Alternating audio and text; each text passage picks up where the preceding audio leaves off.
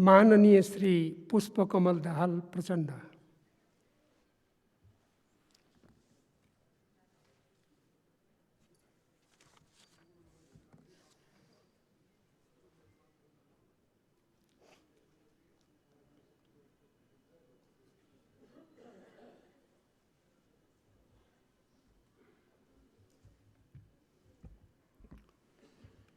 सम्मान्य सभामुख महोदय, सबभन्दा पहिला त म पनि सुदूरपश्चिममा आसाम लगायतका जिल्लामा बाढी पहिरोका कारण निकै ठुलो धनजनको क्षति हुन गएको कुरा आएको छ। त्यो बाढी प्रकोपमा परेर मृत्युवरण गर्ने सबैप्रति श्रद्धाञ्जली व्यक्त गर्न चाहन्छु। त्यसबाट पीडित परिवारप्रति र सबै घाइतेहरूप्रति हार्दिक समवेदना प्रकट गर्न चाहन्छु। र यहाँ भर्खरै सम्मान्य प्रधानमन्त्रीजीले त्यहाँ उद्धार, राहत र पुनर्स्थापनाको काम तदारुकताका साथ गरिनेछ भनेर प्रतिबद्धता व्यक्त गर्नुभएको छ। म सरकारले प्रधानमन्त्रीजीले भने अनुसार नै तीव्र गतिमा उद्धार, राहत र पुनर्स्थापनाको कामलाई अगाडि बढाउने छ भन्ने विश्वास व्यक्त गर्न चाहन्छु। सभामुख महोदय, आज संसदको यो अधिवेशन अन्त्य गरिँदैछ र मैले यो अधिवेशन अन्त्य हुँदै गर्दा अलि बढी औपचारिक कुराहरू होलान् भन्ने सोचेको थिएँ, तर यहाँ फेरि प्रधानमन्त्रीजीले अलिकति के कुरा उठाउनु भएको थियो। हाम्रो प्रतिपक्ष दलको नेताले त्यसको जवाफमा भन्दै केही विषयहरू जसरी उठाउनु भयो त्यसले मलाई केही कुरा भन्नुपर्ने बाध्यता आइलाग्यो, नत्र म आज त्यस रूपमा प्रस्तुत हुन आवश्यक छैन भन्ने मैले ठानेको थिएँ। सामान्यतः 5 वर्षको अवधिमा यो सदनले गरेका राम्रा कामहरू, गर्न बाँकी रहेका कामहरूको सामान्य समीक्षा र हामी अब संविधान सभाबाट संविधान बनेपछिको दोस्रो निर्वाचन प्रक्रियामा प्रवेश गरिसकेका छौँ। गठबन्धन सरकारले संविधानको मर्म र भावना अनुसार नै स्थानीय तहको निर्वाचन सफलतापूर्वक सम्पन्न गरेर अब आगामी मङ्सिर 4 गते प्रदेश र सङ्घको निर्वाचन पनि त्यसरी नै संविधान, ऐन कानुन, लोकतन्त्रका मूल्य मान्यता अनुसार नै सम्पन्न गर्ने तयारीमा जुटेको छ। यस्तो परिस्थितिमा अन्य कुराहरू धेरै चर्चा परिचर्चा गर्नुभन्दा हामीले अब आउने निर्वाचनलाई स्वच्छ, निष्पक्ष र धाँधलीरहित बनाउने, त्यसलाई सफलतापूर्वक सम्पन्न गर्न सबै राजनीतिक दलहरू एकजुट भएर अगाडि जाने, यही विषयमा अलि बढी केन्द्रित भएर कुराहरू आउने अपेक्षा मैले गरेको थिएँ। यहाँ घोचपेच भन्दा पनि एउटा के कुरा सत्य हो भने संविधान सभाबाट संविधान हामीले घोषणा गरिसकेपछि पहिलो निर्वाचन, त्यसबाट अपेक्षित थियो कि हामी देशमा राजनीतिक स्थायित्व, विकास र समृद्धिको यात्रातिर सफलतापूर्वक जानेछौँ भन्ने अपेक्षा र विश्वास गरिएको थियो। तर त्यस्तो हुन सकेन। हामीले ऐतिहासिक संविधान सभाबाट संविधान घोषणा भएपछि 5 वर्षसम्म अविच्छिन्न रूपले सदन सुचारू हुनेछ। संविधानले निर्देशित गरे अनुसार नै हामी स्थायित्व र समृद्धिको यात्रामा अगाडि बढ्नेछौँ भन्ने अपेक्षा गरिएको थियो।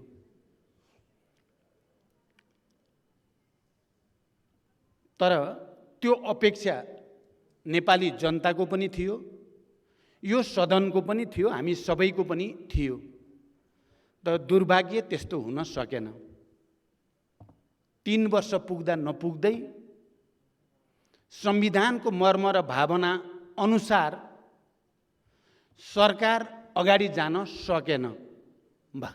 मलाई अलिकति अनौठो पनि अलिअलि आश्चर्य पनि लाग्यो। अहिले प्रमुख प्रतिपक्षी दलको नेताले प्रतिगमनको व्याख्या गर्नुभयो, लोकतन्त्रको व्याख्या गर्नुभयो। यो के, जसले जे भने पनि हुने रहेछ कि क्या हो भने जस्तो पनि लाग्यो मलाई। संविधानमा हुँदै नभएको अधिकार सदनभित्रबाट अर्को सरकार बन्ने सम्भावना भएसम्म सदन विघटन गर्न पाइँदैन भनेर हामी सबैले सचेत रूपले संविधानमा व्यवस्था गरेको होइन। अनि सरकार बनाउने अर्को सम्भावना हुँदाहुँदै संविधानको मर्म, भावना, लोकतन्त्रको मान्यता विपरीत सरकारको नेतृत्व गर्ने दलभित्र बैठक बस्दा बस्दै त्यसबारे चर्चा पनि नगरिकन हठात संविधानको भावना विपरीत प्रतिनिधि सभा विघटन गर्ने काम प्रतिगमन नभएर के हो? अनि उहाँले कता कता तुलना गरिदिनु भयो। फेरि अहिले निर्वाचन गरेको पनि त्यसो भए प्रतिगमन हो त? यो तुलना गर्नेको पनि एउटा हद हुन्छ नि।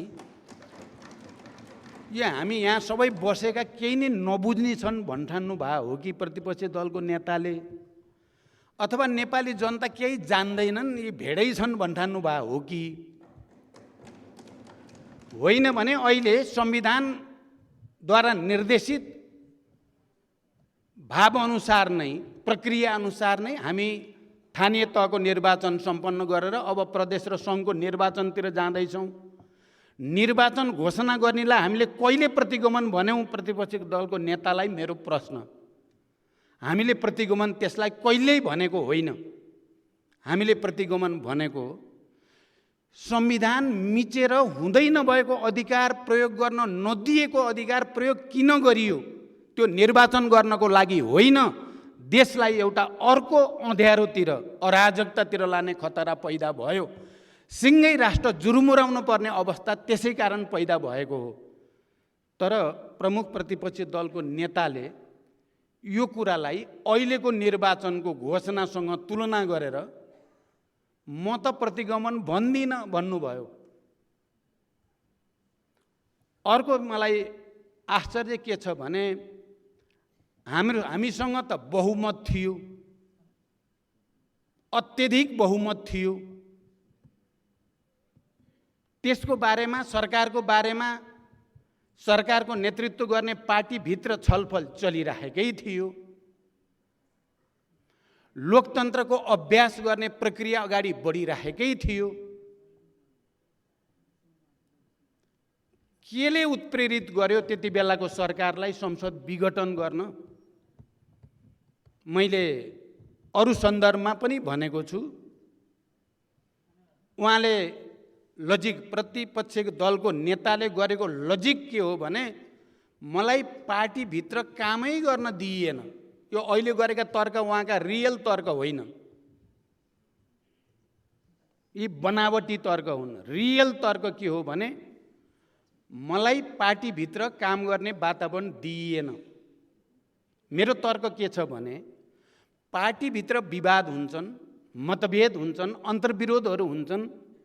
पार्टीभित्रका विवाद, मतभेद, अन्तर्विरोधहरू हल गर्ने आफ्नै वैधानिक व्यवस्थाहरू छन्, मान्यताहरू छन्। त्यहाँभित्रको अन्तर्विरोध र विवादलाई ल्याएर यो सार्वभौम संस्था, जनताद्वारा निर्वाचित सार्वभौम संस्था, लोकतन्त्रको अभ्यासको मुख्य थलो, त्यसमाथि प्रहार गर्ने अधिकार उहाँलाई कसले दियो?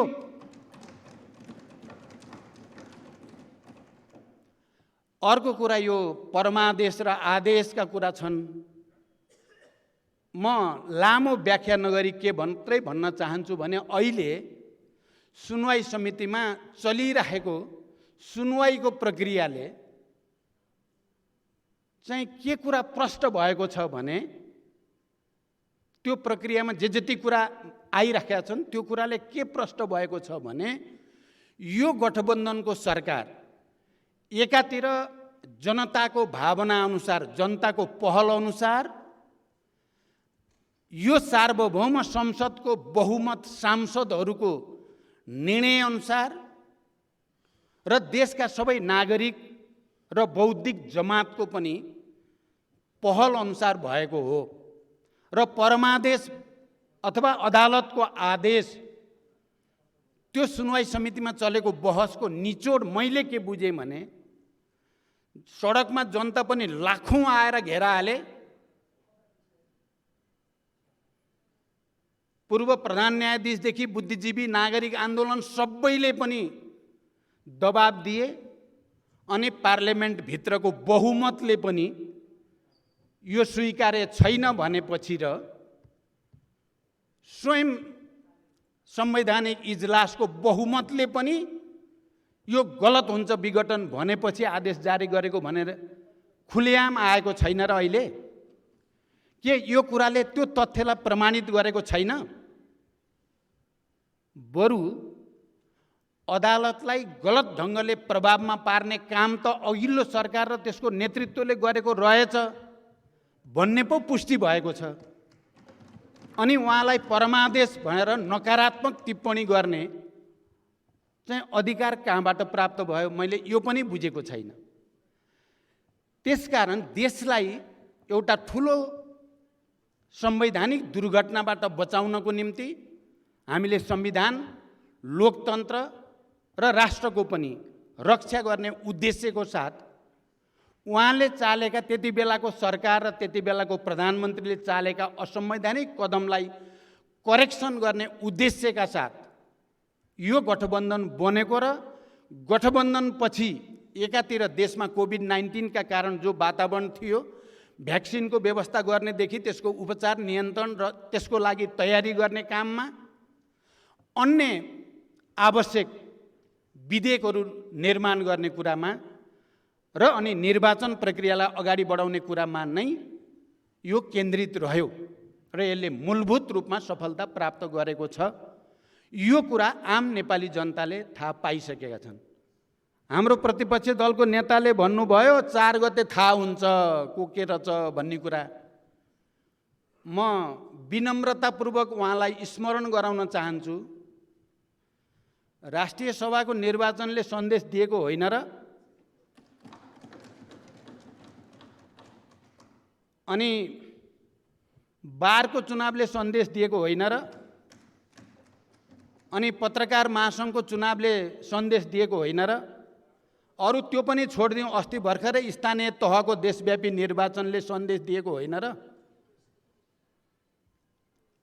तपाईँ अझै पनि मलाई त लागेको थियो यो पटक प्रतिपक्षी दलको नेताले त अब यहाँसम्म आउँदा त अलि विनम्रतापूर्वक मैले अलि नगर्ने काम त्यो विघटन दुधीपटक गरेर बेकार यो स्थायित्व र विकासलाई मैले अवरोध गरेछु, स्थायित्वलाई अलिकति अस्थिरतामा लगेछु भन्नु होला। त्यसपछि एउटा राम्रो वातावरण बन्ला भन्ने सोचेर आएको त उहाँ त अझै पनि फेरि उही अहङ्कार। ठिकै छ, 4 गते हेर्ने, तपाईँले नि हेर्नुहुन्छ, हामी पनि हेर्छौँ 4 गते। जनताको फैसला हामी सबैले स्वीकार्छौँ भनेकै छौँ, जनताको फैसला स्वीकार गर्ने नै हो। अर्को कुरा उहाँले त्यो पनि चाहिँ म त्यति बेला त उहाँ जति बेला प्रतिपक्षी दलको नेता त्यति बेला प्रधानमन्त्री हुनुहुन्थ्यो, म पनि पार्टीको अध्यक्ष नै थिएँ। फेरि अब यसलाई के भन्ने, नागरिकता विधेयकको कुरा राज्य व्यवस्था समितिमा नागरिकता सम्बन्धी विषयमा लामो छलफल गरेर बहुमतद्वारा एउटा निर्णय भयो। त्यो राज्य व्यवस्था समितिको सभापति अहिले मान्य भूमि व्यवस्था मन्त्री हुनुहुन्छ, म अध्यक्ष, उहाँ प्रधानमन्त्री। 6 महिनासम्म लगातार पटक पटक हामीले बैठक गरेका छौँ। जे राज्य व्यवस्थाबाट पारित भयो त्यसलाई फुल हाउसमा लैजाउँ। हाउस विघटन भएको थिएन त्यति बेला, भन्दा कानमा तेल हालेर बस्ने भनौँ कि बेवास्ता गर्ने उहाँ नै होइन र? तपाईँले अहिले दुनियाँको अगाडि कसरी आँखामा छारो हाल्न सक्नुहुन्छ? हामी त यहाँ त जीवितै छौँ त। नलानी तपाईँ नै हो। जस्तो छ त्यस्तै लिएर जाउँ, फुल हाउसले जे भन्छ त्यही होला भनेर भन्दा तपाईँ त्यो प्रस्ताव राज्य व्यवस्था समितिबाट पारित प्रस्तावलाई सिरानीमा राखेर अन्तत सदन विघटन गरेर अध्यादेश ल्याउने तपाईँ नै होइन र? भुलेका छन् र यो सदनका कुनै सामान्य सदस्यहरूले या नेपाली जनताले पनि भुलेका छन् र? अनि त्यो ल्याउँदा तपाईले जे ल्याउनु भयो, अहिले फेरि भन्नुभयो चाहिँ जन्मसिद्ध नागरिकका छोराछोरीलाई लिएर आउनुहोस्, देनाइन्दिएर गर्छौँ, हामीले त्यही त ल्याएको हो। त्यही ल्याउँदा तपाईँ फेरि त्यसको पनि विरोध भनेपछि यो जे गरे पनि सुख नदिने यस्तै हो संसदीय सङ्घर्ष भनेको। लोकतन्त्र यस्तै हुन्छ र? मलाई त बडो अनौठो लागेको छ। अरूको अगाडि मात्रै भए त हुन्थ्यो, मेरै अगाडि भएपछि त मलाई बडो गाह्रो भयो। मै छु त्यहाँ, सबै छलफल भएको छ, सबै बहस भएको छ, सबै अनुरोध गरिएको छ, नागरिकताको समस्या हल गरौँ। अन्य तमाम विषयहरू, राष्ट्रियताको कुरा उहाँले गर्नुहुन्छ, यो पनि बडो गाह्रो भएको छ। राष्ट्रिय स्वाधीनताको कुरा, राष्ट्रिय आत्मसम्मानको कुरा, भौगोलिक अखण्डताको कुरा, यो विषयमा हामीले उहाँसँग धेरै लामो छलफल गरेका छौँ र कुन परिवेशमा त्यति बेलाको पार्टी विभाजित हुन पुग्यो, अध्यक्ष र प्रधानमन्त्रीको हैसियतले प्रतिपक्षीको अहिलेको दलको नेताको के भूमिका रह्यो भन्ने कुरा दुनियाँले देखेको छैन र? कहीँ कतै अलिकति आत्मसमीक्षा होला, आत्मालोचना होला। बडो अनाधिकार रूपले राति 12 बजे विदेशी संस्थाका प्रतिनिधिहरूसँग गरिएका कुराबारे त्यसले भ्रम भयो नेपाली जनतालाई भनेर अलिकति समीक्षा गर्नु होला कि भनेको त अझै हुङ्कार उहाँकै ठुलो। त्यसकारण सभामुख महोदय, यो सदन जसरी जानु पर्थ्यो मेरो विचारमा त्यसरी चाहिँ जान सकेन। 5 वर्ष जसरी व्यतीत हुनु पर्थ्यो त्यसरी हुन सकेन। यो त्यस्तो सदन हुन पुग्यो जसले असंवैधानिक रूपले दुई पटक विघटनको पीडा बिहोर्नु पर्यो। यो त्यस्तो सदन हुन पुग्यो जो असंवैधानिक ढङ्गले 6-7 महिनासम्म अवरोधको सामना गर्नु पर्यो र बडो अस्वाभाविक ढङ्गले चल्नु पर्यो। यो त्यो सदन पनि हुन पुग्यो। म चाहन्छु भविष्य यस्तो नहोस्। भविष्यमा संविधानको मर्म र भावना अनुसार, लोकतन्त्रको मूल्य मान्यता अनुसार नै सदन सुचारू हुन सकोस्। हामीले एउटा शिक्षा यो लिनुपर्दछ। जनताले सडकबाट, नागरिक र बुद्धिजीवीहरूले आवाज उठाएर फेरि सदन पुनर्जीवित भयो। अदालतले यसलाई पुनर्जीवित गरिदियो। म सबैलाई, आन्दोलनमा सहभागी सबैलाई पनि, सबै नागरिक आन्दोलन र बुद्धिजीवी सबैलाई पनि धन्यवाद भन्न चाहन्छु र हामी सँगै यसलाई सफलतापूर्वक एउटा प्रक्रियाबाट अन्त्य गर्ने र फेरि नयाँ निर्वाचनसँगै नयाँ सदनलाई स्वागत गर्ने ठाउँसम्म ल्याउन सफल भयौँ। नतर अकाल मृत्यु भोग्न पर्ने अवस्थामा यो सदन पुगिसकेको थियो। ती सबै जसले यसलाई अकाल मृत्युबाट बचाए ती सबैलाई म हार्दिक धन्यवाद भन्न चाहन्छु र भविष्यमा फेरि यस्तो नहोस् भनेर कामना पनि गर्न चाहन्छु। र आउने दिनमा, किनकि हामीले जे जति परिवर्तन हासिल गरेका छौँ एउटा राष्ट्रिय सहमतिकै वातावरणमा हासिल गरिएका परिवर्तनहरू हुन्। आउने दिनमा पनि लोकतन्त्रसँग सम्बन्धित, सङ्घीय लोकतान्त्रिक गणतन्त्रसँग सम्बन्धित मुद्दाहरूमा, आर्थिक विकास र समृद्धिका मुद्दामा राष्ट्रिय सहमति बनाउन हामी सबैलाई प्रेरणा मिलोस् भनेर पनि म भन्न चाहन्छु। यहाँ सदनको कार्यकाल र अवधिको पनि चर्चा चलिराखेको छ। मेरो विचारमा सदनको कार्यकाल कति हुने भन्ने कुरा संविधान ले निर्देशित गरेको मर्मअनुसार र स्वयं यो सदनले निर्णय गर्ने कुरा हो। यो कुनै आयोगले या अरू कसैले गरेर हुने कुरा होइन। स्वयं सदन र संविधानको मर्मअनुसार त्यसको निर्णय हुने कुरा हो। जे भए पनि हामी अब एउटा नयाँ निर्वाचनतिर अगाडि बढिसकेका छौँ, नयाँ सदनलाई स्वागत गर्ने प्रक्रियातिर अगाडि बढिसकेका छौँ र हामी त्यो प्रक्रियालाई सफलतापूर्वक सम्पन्न गरेर नयाँ सदनमा हामी अघि प्रतिपक्षी दलको नेताले भने जस्तै सबै भेट हुन्छौँ कि हुँदैनौँ, तर सदन त कन्टिन्यू भइरहेको छ। लोकतन्त्र चाहिँ अब कसैले हराएर लोकतन्त्र हार्ने छैन, नेपाली जनता हार्ने छैनन्। यति भन्दै सभामुख महोदय, अब हाम्रो देशमा ठुल्ठुला चाडपर्व आउँदैछन्, दसैँ तिहार छठ लगायतका, लोसार, यी सबै हाम्रो जातीय विविधता सांस्कृतिक विविधता अनुसारका पर्वहरू चाहिँ को श्रृङ्खला आउँदैछ। म त्यो सन्दर्भमा आम नेपाली दिदीबहिनी दाजुभाइहरूप्रति, सबै राजनीतिक दलहरूप्रति, सबै मान्य सदस्यहरूप्रति, देशभित्र बाहिर रहेका सबै नेपालीहरूप्रति हार्दिक बधाई र शुभकामना भन्दै बिदा हुन्छु। धन्यवाद।